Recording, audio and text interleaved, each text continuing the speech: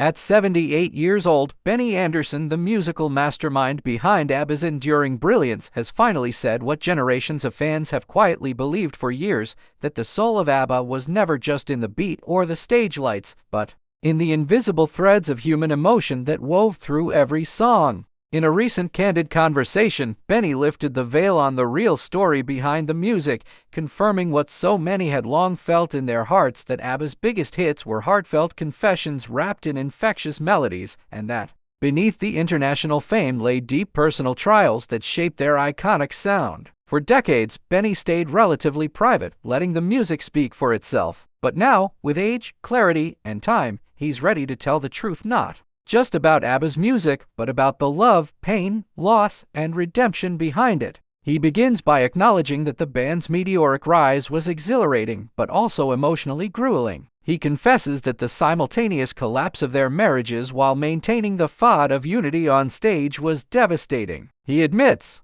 it wasn't sustainable, and that many nights were spent silently suffering even as the crowds roared in adoration. But the most profound admission comes when he reveals that some of their most beloved songs were actually emotional letters, some to Agnetha, some to himself. He says slipping through my fingers still brings him to tears, not just because of its poignant lyrics, but because it reminds him of his own son and the years lost to endless touring and studio sessions. He confesses that he often prioritized the music over family, a regret he now carries deeply. He also confirms that the reason ABBA's songs are so universally resonant is because they were never written for the charts, they were written from pain, hope, and truth. Benny opens up about the internal conflicts he had with fame. He never sought stardom, he wanted to compose, to create. The sudden whirlwind of global attention made him uneasy. He says he often felt like an imposter, despite his immense talent. And while the world was dancing to Dancing Queen,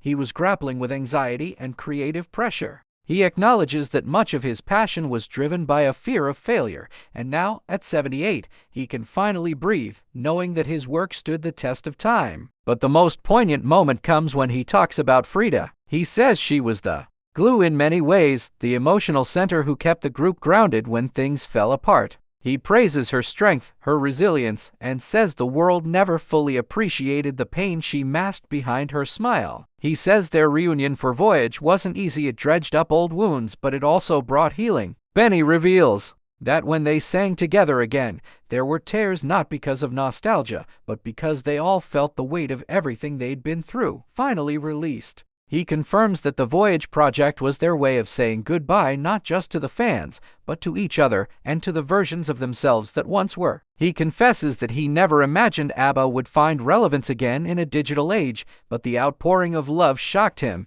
He says it validated the pain and passion that went into the music. And in perhaps his most surprising confession, he says he never listened to ABBA's records for years after the split. It was too painful. The songs were time capsules of a life that no longer existed. But now, in his late 70s, he listens again not as a producer, but as a man looking back at a lifetime. And what he hears now, he says, is not perfection, but humanity. Benny also shares his pride in seeing younger generations embrace ABBA. He marvels at how teens today belt out lyrics written before their parents were born. He says that's the ultimate gift of music, it transcends time, age, and even pain. As he reflects, he says the greatest achievement wasn't the fame, the money, or the awards, it was knowing that somewhere, someone felt understood because of their songs. And that, he says, is worth everything. At 78, Benny Andersson is no longer chasing hits or legacy. He's found peace in truth, and in doing so, he's given the world a final, heartfelt encore. Yes, what we suspected was true, ABBA was never